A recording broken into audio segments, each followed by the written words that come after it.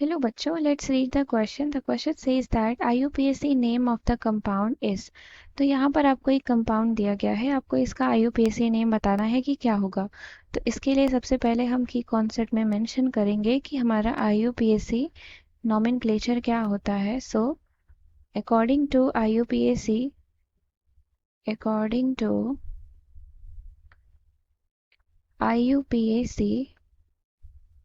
nomenclature, there are some rules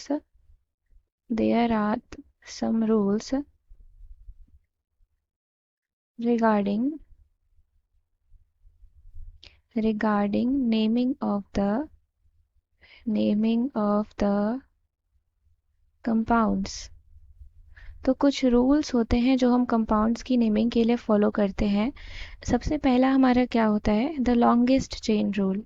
the longest chain rule.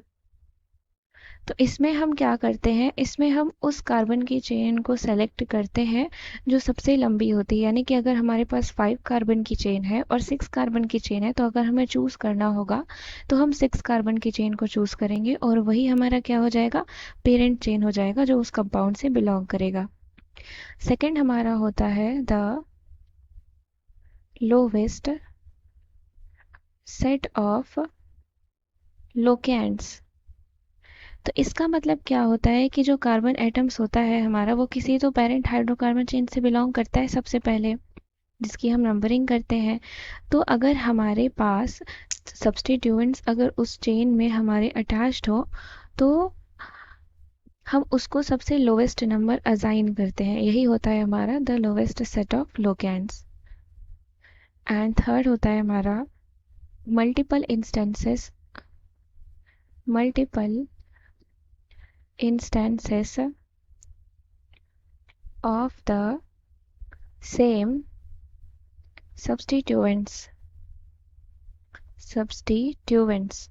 तो इसका मतलब क्या होता है कि जो प्रीफिक्सेस होते हैं वो क्या इंडिकेट करते हैं, वो इंडिकेट करते हैं कि हमारा कौन सा सब्स्टिट्यूएंट ऑर्गेनिक कंपाउंड से जुड़ा हुआ है।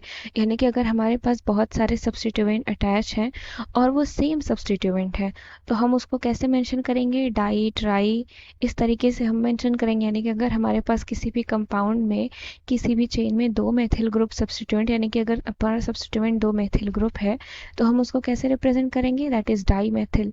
या फिर अगर 3 मेथिल है तो उसको ट्राई मेथिल। इस तरीके से हम उसको मेंशन करेंगे। एंड हमारा फोर्थ क्या होगा, naming of different substituents. Naming of different substituents.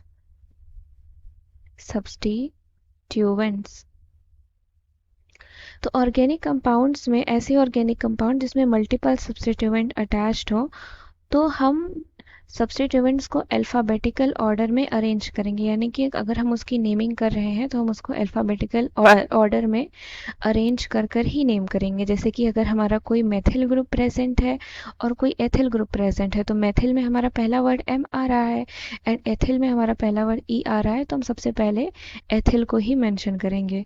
Now fifth is the naming of different substituents. The naming of different substituents present at the same positions, present at the same positions। तो अब हम अपना compound सबसे पहले यहाँ पर draw कर लेते हैं एंड देन इसकी नेमिंग करेंगे IUPAC नोमेनक्लेचर के अकॉर्डिंग। सो हमारा कंपाउंड है CH3 CH CH CH3 C2H5 and C2H5। तो सिंस यहाँ पर हमारे 2 एथिल ग्रुप्स प्रेजेंट है तो हम इसको एक एक्सपेंडेबल फॉर्म में लिख लेते हैं।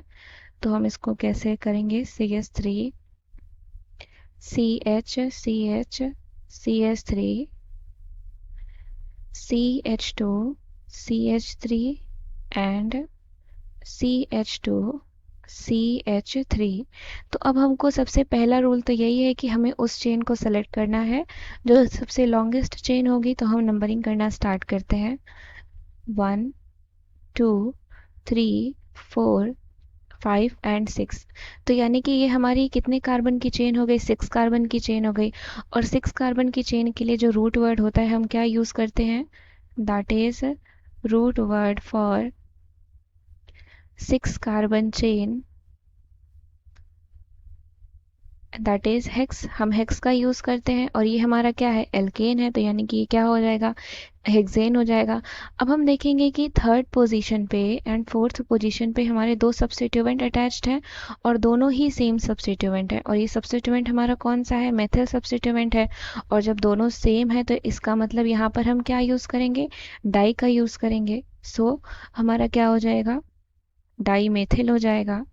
तो यानी कि अब अगर हम नेमिंग करें तो नेम ऑफ द कंपाउंड क्या हो जाएगा, name of the compound is equal to 3,4 dimethyl hexane. ये हमारा क्या हो गया, IUPAC नेम हो गया इस कंपाउंड का। So option number 4 is the correct answer. I hope you understood it well. Thank you and best of luck.